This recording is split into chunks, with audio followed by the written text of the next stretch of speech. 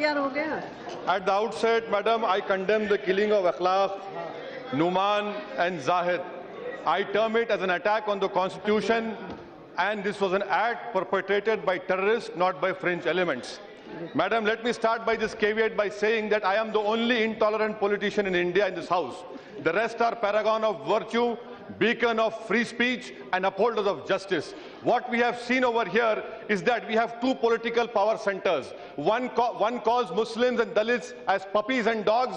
The other throws crumbs at us and tells us to wag the tail. My concern over here is that why is it that after 68 years of independence,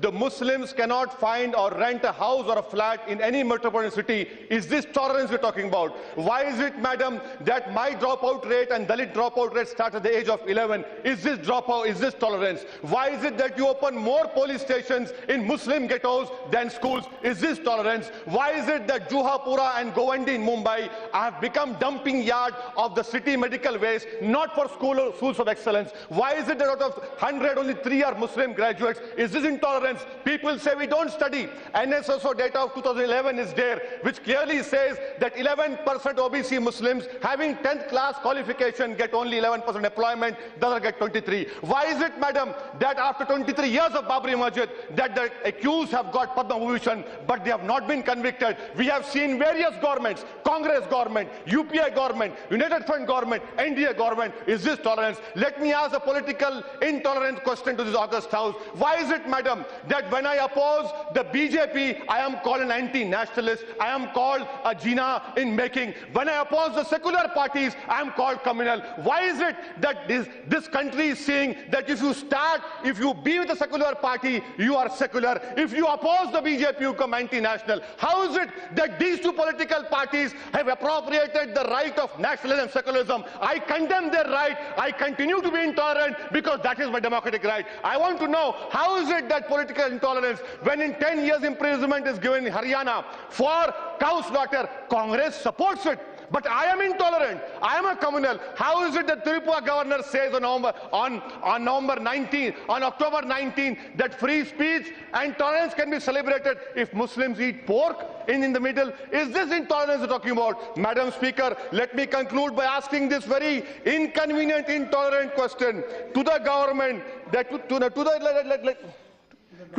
government and to the August represent parties over here. Why is it that this is happening? Why have you taken my right to dissent? Why cannot I give a speech in Karnataka? Why cannot I give a speech in Uttar Pradesh? And why is it that 22% of Muslims are in jail under trials? West Bengal 49%. Maharashtra 29%, UP 29%. Is this tolerance? Madam, I conclude by telling the government, the Home Minister asked for recommendations, suggestions. My suggestion to the Honorable Home Minister is, your pride was hurt when a wrong allegation was made. I commend you for showing your pride. But you see, for 69 years I have been called a Pakistani. What about my pride? Would you rise up and protect my pride? Would you rise up and protect my integrity? My suggestion to the Honorable Home Minister is, amend the NHRC Act.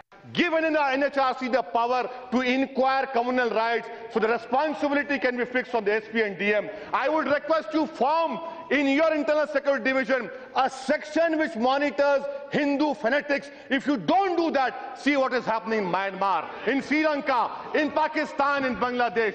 We require stability. The third step, form an Equal Opportunities Commission. Fifth step, give constitutional status to NCM. And a request to all the House, you talk about ISIS and Wahhabism. Remember, ISIS is an evil ideology. You cannot break us down into Wahhabism, Sufism. You have to take the whole Muslim community, which right now the whole Islamic world is condemning ISIS. Remember one thing, that ISIS can be defeated by cerebral debate. This is what needs to be happen. Madam, I conclude my speech by quoting a शेर of Faiz said, तुझको कितनों का लहू चाहिए अर्ज़े वतन जो तेरे अर्ज़े बेरंग को गुलनार करे, कितने आहों से तेरा कलेजा ठंडा होगा, कितने आंसुओं से तेरे सहराओं को गुलजार करे। Thank you madam. याद रखो, मेरे सब्र का इम्तिहान मत लो।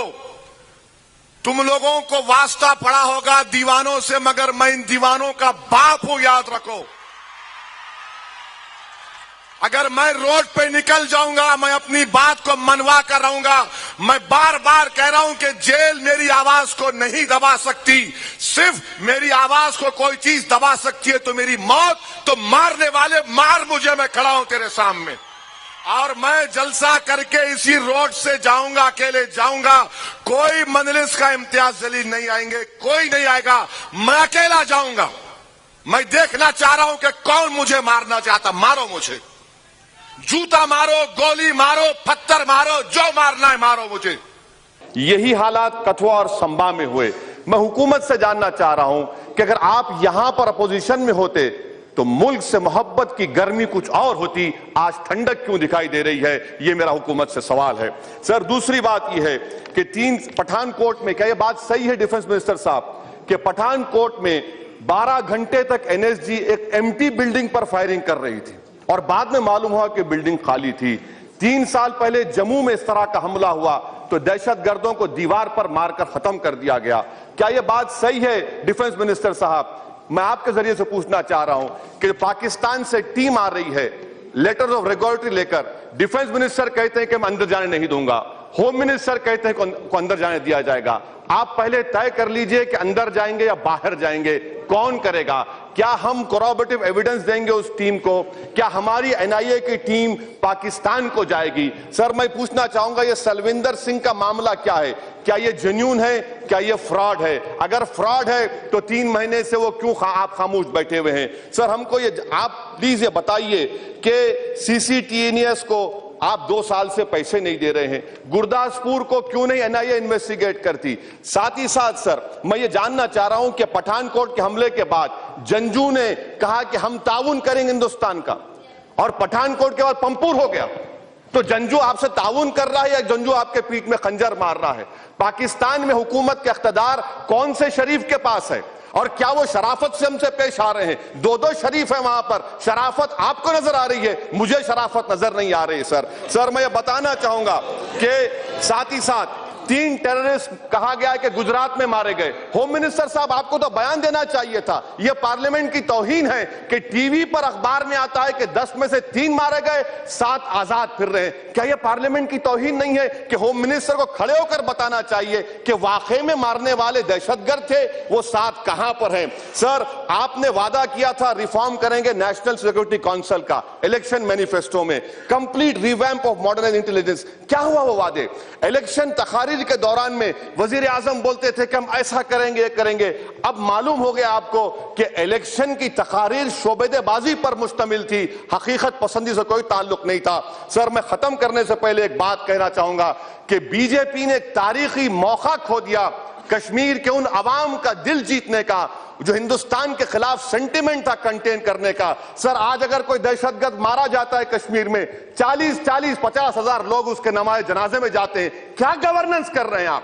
दुनिया को क्या दिखा रहे हैं कि हमारे सिपाही 29 मारे गए और आप उनके जनाजों में हजारों लोग शिरकत कर रहे हैं? इसके जिम्मेदार आप हैं, पीडीपी है। अगर आप हुकूमत बना लेते तो ये मिस गवर्नेंस नहीं होता। सर, मैं आखिर में हुकूमत से जानना चाहूंगा कि एनएसएबी का टेन्योर जनवरी में खत्म हो गया, आप कब बनाएंगे? क्या आप कब बनाएंगे? और सर, आखिर में ये पूछना चाहूंगा, दोबारा अगर हमला होगा तो कौन सा रैम्बो इसका इंचार्ज होगा? कौन सा रैम्बो इसका इंचार्ज होगा? आपकी तो रैम्बो की हुकूमत है, आप तो हर चीज करेंगे। यहां पर खड़े बैठकर कहा था एक सर का जवाब 10 सर से। अरे आप हाफिज सईद को भूल गए, लखवी को भूल गए, मसूद अजहर की बात कर रहे हैं। बताइए, हाफिज सईद, लखवी आपके रेडार पर है या नहीं? इन चंद बातों से मैं बात खत्म करता हूं। सर, जय हिंद। कहा कि जो उसका नाम क्या है जो अपनी बाप की बात नहीं सुनता, तो बाजू दिखावा था अखिलेश। फिर उसने कहा उसका नाम क्या है जो किसी की बात नहीं सुनता, तो बाजू दिखावा था मोदी। ये बाप की नहीं सुनते, वो किसी की नहीं सुनते मित्रों। तो प्राइम मिनिस्टर ने कहा है CAM, ठीक है। अब मिस्टर प्राइम मिनिस्टर आप सुनो, BLACKMONEY,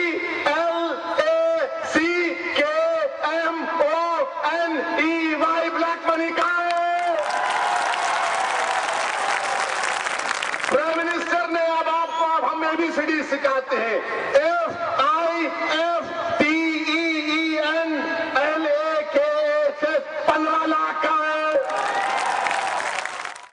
सर, मैं हुकूमत से सिर्फ ये बात जानना चाहता हूं कि इस कानून के खिलाफ हमारी पार्टी है, बहुत से पार्टियां हैं, मगर ये अजीब बात है कि एक स्वदेशी जागरण मंच है जो इस कानून के खिलाफ आवाज उठा रहा है, एहतजाज कर रहा है। क्या आप अच्छा वो भी है क्या आपके साथ? ये नहीं मालूम था कि स्वदेशी जागरण के साथ वो भी आपके साथ आ गए। नहीं सर, मैं मुकाबला कर लूंगा, इनके बड़ों से मुकाबला करते हैं, नो प्रॉब्लम। ये इनका माइंड सेट है, इनको जो दाढ़ी वाला दिखता है उनको ISIS नजर आता है सब, ये इनकी सोच है, ठीक है sir. I have not called him. I have not called him. He is not. That is not regarded. It is not regarded. Only Bawasi is speaking. क्या तथ्य है? Not regarded. I am not allowed. I am not. ISIS sir, Bawasi only speaking. Sir यहाँ पर मुझे Please, let him speak. Let him allowed to speak. Sir यहाँ पर I am here to control. Please. इनके इस जुमले पर मुझे एक शेर याद आया कि सितमगर तुझसे उम्मीद वफा होगी जिन्हें होगी, हमें तो देखना है कि तू जालिम कहां तक है। तो ये आपका माइंड सेट है। दूसरी बात यह कि स्वदेशी जागरण मंच को आप कंट्रोल नहीं कर पा रहे हैं, हमको क्या कंट्रोल कर पाएंगे आप? वो खुद आपके खिलाफ है। और ये हुकूमत सोशल इंपैक्ट असेसमेंट के इससे क्यों डर रही है? आखिर क्या वजह है? इतना डर खौफ किस बात का? और हमारी तारीख गवाह है कि जब कभी भी जमीन को हासिल किया गया वो सिर्फ सरमाएदारों के लिए हासिल किया गया। अगर जमीन को गरीब के लिए और गरीबों के फायदे के लिए इस्तेमाल किया था तो कभी यह कानून की जरूरत ही नहीं पड़ती, मगर सिर्फ सरमाएदारों को और मजबूत बनाने के लिए, उनके तिजोरियों में और पैसा इजाफा करने के लिए यह कानून को लाया जा रहा है। यह हकीकत है। तीसरी बात यह है कि सर, इस कानून में स्कूल और हॉस्पिटल बनाने का जिक्र क्यों नहीं किया जाता? रूरल इंफ्रास्ट्रक्चर की बात होती है तो स्कूल और हॉस्पिटल बनाइए, इसमें बनाने से आपको कौन रोक रहा है? चौथी बात यह है कि लैंड बैंक कहां पर है? लैंड बैंक क्यों नहीं बनाते? मेरा मुशाहिदा यह है कि जितने जमीनों को दिया गया है सिर्फ बड़े बड़े सरमाएदारों को दिया गया है। एयरपोर्ट के नाम पर हजारों एकड़ दी गई, यहां जमीन खाली पड़ी हुई है। सर, आज यहां पर अभी सुबह में एक मुअज़्ज़िज़ रुकन बात कर रहे थे, आदिवासी ताल्लुक था। क्या यह बात हकीकत नहीं है सर कि यही हुकूमत ने, यही गवर्नमेंट ने, मोदी गवर्नमेंट ने आदिवासियों की जमीन लेने के लिए जो कानून था कि पहले ग्राम सभा से परमिशन लिया जाए, आप उसको निकाल दिए। आप आदिवासियों की जमीन ले रहे हैं और खड़े होकर यहां कह रहे हैं कि अगर आदिवासी की बात कर रहे हैं आप वर्ल्ड बैंक को लेटर लिख कर दिए, आप वर्ल्ड बैंक को लेटर लिख कर दिए कि हम, सर इसको बिठाइए, ये जैक इन द बॉक्स है, ये जैक इन द बॉक्स है, बिठाइए इसको। दिल्ली में ऐसी मार पड़ी कि अब तक संभला नहीं है, ये चारों खाने चित हो गए, इसके संभलने नहीं आ रहा है इसको। बिठाइए सर, ये बिन ब्रेक का आदमी है, बिठाइए इसको। खाली पुकारता है, दिमाग में कुछ है ही नहीं, बके जा रहे हैं, बके जा रहा हूं जुनून में क्या क्या। सर इसीलिए मैं, अरे तुम मेरा मुकाबला नहीं कर सकते, बैठो यार, बैठो, पुकारना आता तुमको खाली। सर इसीलिए मैं आपसे हुकूमत से मुतालबा कर रहा हूं कि इन चीजों पर गौर किया जाए, लैंड बैंक बनाया जाए, और जो पहले कानून 2013 का यूपीए ने बनाया, सुप्रीम कोर्ट ने उसको अपील किया उस कानून को, और आप क्यों बदलना चाह रहे हैं? तो इससे और सर आखिरी बात सर आखिरी बात यह है कि कल हमारे वजीर आजम का बयान आया। वजीर आजम के बयान ने साफ जाहिर कर दिया कि जो माजी में बीजेपी ने यूपीए गवर्नमेंट के कानून की तायीद की, गलत था। तो इसका मतलब बीजेपी में खुद नफाक है, तजाद है, डिवीजन है। शुक्रिया। नौजवानों से खास तौर से अपील करना चाह रहा हूं कि कोई हमारे खिलाफ बोलता है, बोलने दो, बकता है, बकने दो, दीवाना है, दीवानगी का मजाहरा करने दो, मगर इसका यह मतलब नहीं है कि हम फेसबुक पे जाके उसको भी गाली दे। नहीं मेरे भाई, हम किसी गाली देने वाले नहीं हैं। हम किसकी उम्मत है आपको मालूम? हम मोहम्मद मुस्तफा सल्लल्लाहु अलैहि वसल्लम की उम्मत है। रसूलुल्लाह सल्लल्लाहु अलैहि वसल्लम को अल्लाह ने इख्तियार दिया था ताइफ के बाजारों में कि जिब्रील अमीन यहां के कहा था कि या रसूल अल्लाह अगर आप हुक्म फरमा दें तो इसको पहाड़ों के दरमियान में पीस दिया जाएगा। मगर रसूल अल्लाह सल्लल्लाहु अलैहि वसल्लम ने कहा कि नहीं, मैं रहमतुल आलमीन बनाकर भेजा गया हूं। हम रहमतुल आलमीन की उम्मत है। हम जमाने के लिए रहमत के मुजाहरे करेंगे, जहमत के मुजाहरे नहीं करेंगे। हम दुनिया को रहमत का पैगाम देंगे, गाली से पैगाम नहीं देंगे। कोई फेसबुक पर अगर असउद्दीन ओवैसी को गाली देता है या कुछ करता है तो ऐसा नहीं कि हम भी वैसा करें। नहीं मेरे अजीज दोस्तों, अगर किसी ने कहा कि मजलिस एंटी नेशनल है तो ये गलत है कि हमने उसकी तस्वीर लगाकर कोई और काम कर दिए। नहीं मेरे भाई, ये गलत है। ऐसा मत करो नौजवानों। यकीनन फेसबुक पर आर्ग्यू करो, डिबेट करो, अपने मशवरों के साथ, अपने स्ट्रांग पॉइंट्स के साथ, और उनको अपनी बहस से, अपने पॉइंट से सामने वाले को जेर कर दो। मगर आदाब के दायरे में रहकर, आदाब के दायरे में रहकर, हमारा कोई कट्टर दुश्मन भी होगा तो उसको मां बहन की गाली नहीं देना। हां, अगर कोई सोशल मीडिया पर अल्लाह के रसूल सल्लल्लाहु अलैहि वसल्लम की शान में गुस्ताखी करता है तो नोट करो मेरी इस बात को। हमारे हिंदुस्तान में, हमारे वतन अजीज में सेक्शन 66 आईटी एक्ट है, और आईटी एक्ट के तहत कंप्लेन दो, नॉन अवेलेबल सेक्शन लगता है उसके ऊपर। प्रिंट आउट निकालो, आईपी नंबर दो, पुलिस स्टेशन को जाके बोलो यहां से, ये जगह से मेरे रसूल मोहम्मद मुस्तफा सल्लल्लाहु अलैहि वसल्लम की शान में गुस्ताखी हुई। IT act section 66, 153A, 295 IPC लगाओ, जाके कंप्लेन करो, एफआईआर इशू होगा। ये काम हमको करना है। मगर ये नहीं है कि नहीं उन्हें कुछ बोली थी, मैं भी ऐसा बोल देता हूं उसको। उन्हें बोली थी, बोलने दो, क्या करना है। उन्हें बोलते, उनके बाप बोलते, सब बोलते, क्या फर्क पड़ा।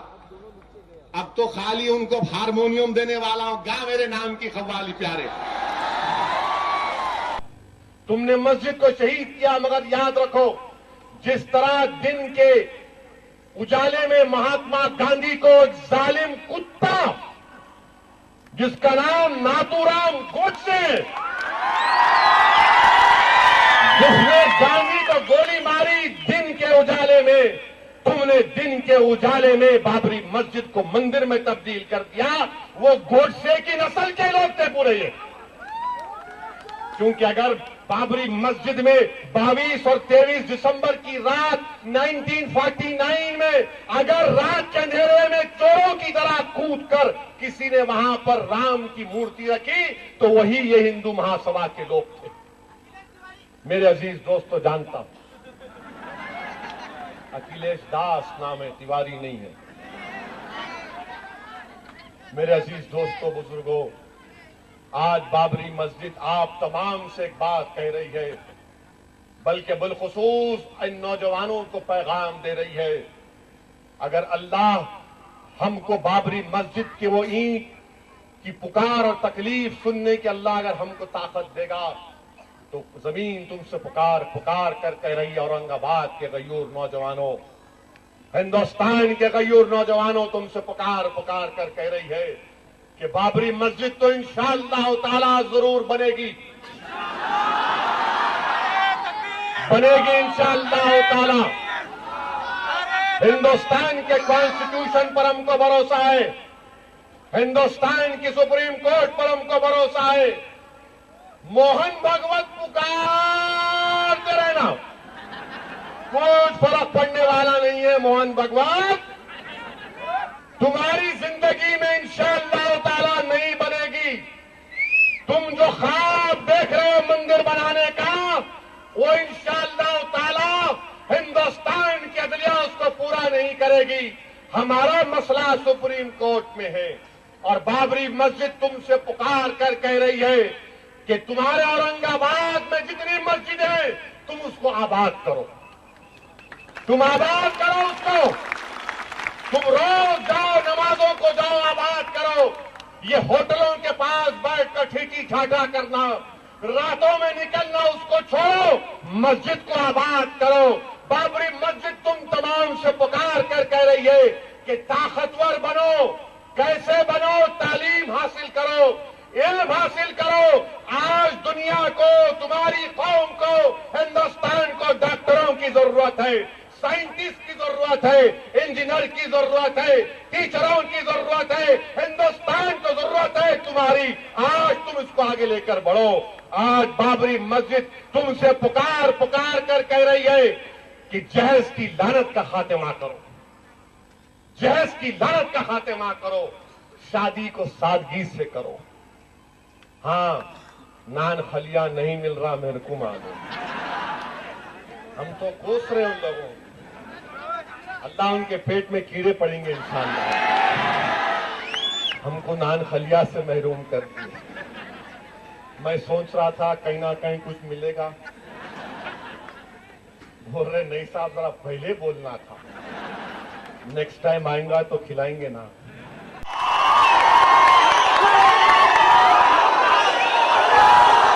ये बंगला के नाम पे इतना गड़बड़, तो आप लोगों की जिम्मेदारी है बंगला को भूल बंगला बना देना है। बंगला बनेगी बोलना भूत बंगला,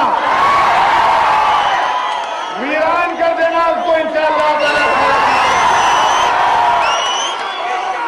मैं यहां पर आ रहा था तो मुख्तलिफ लोगों से फोन कराए, मत आइए, बोला क्यों लगो? नहीं, हालात अच्छे नहीं है। बोला क्या हालात खराब है? एक साहब फोन करके बोले साहब भीड़ में जरा मौसम खराब है, अब मत आइए। बोला हाँ मेरे को अब भी मालूम है, बर्फबारी हो रही वहां पे। तो उसने अक्लमंद से बोले आपको कैसा मालूम हुआ? बोला मैं देख रहा हूं सामने से बर्फ गिर रही ना। ये नए नए बातें करके रोकने की कोशिश करे, मगर अल्लाह का शुक्र है भीड़ को आने का मौका मिला। अब इंशाअल्लाह ताला यहां पर जमात को मजबूत करेंगे। आपके तमाम के ताउन की जरूरत है मेरे भाई। हमारा मुल्क एक संगीन दौर से गुजर रहा है और इसलिए बेहद जरूरी है कि हम मुत्तहिद होकर, और याद रखिए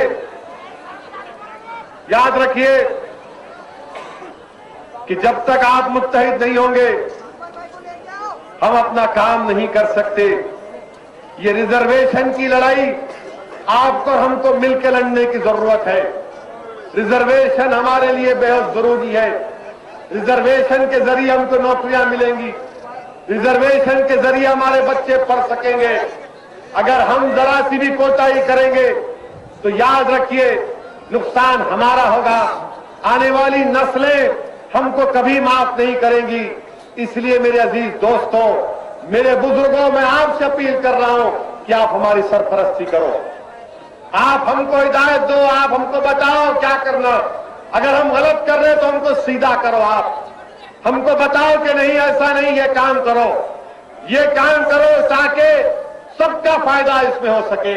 महाराष्ट्र में आज आपके 2 एमएलए अल्लाह के फजल करम से जीत कर गए।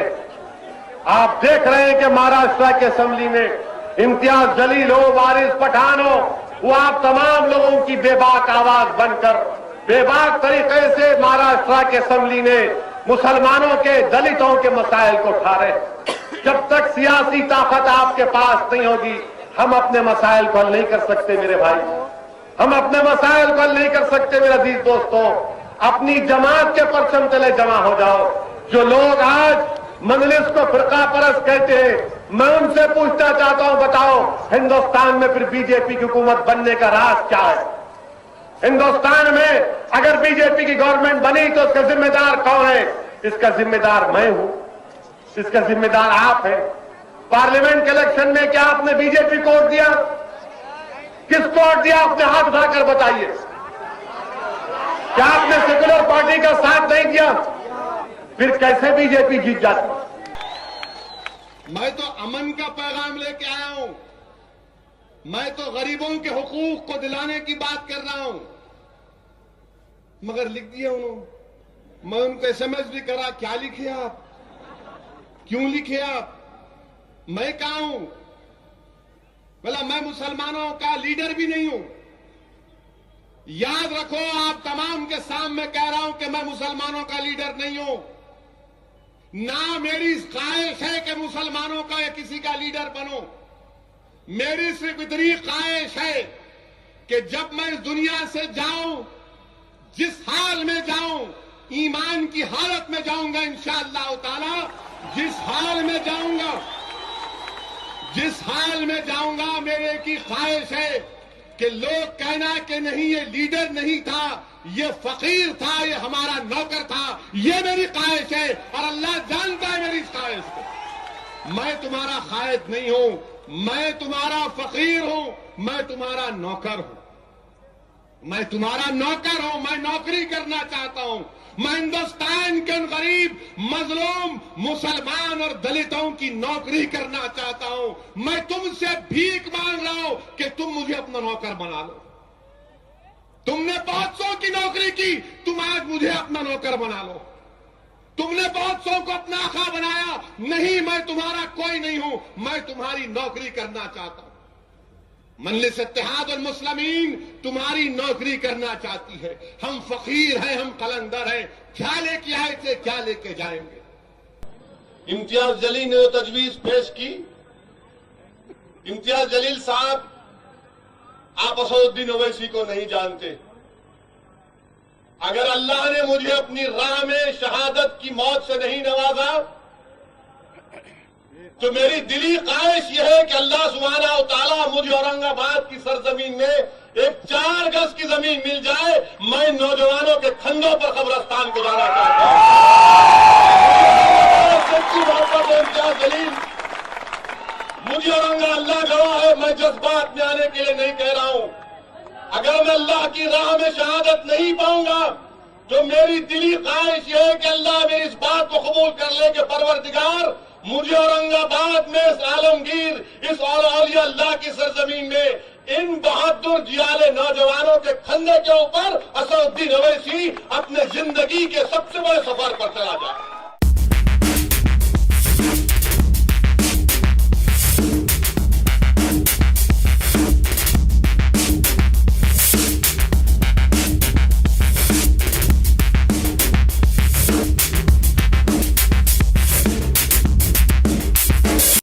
If you like the video, please like, share, subscribe and comment.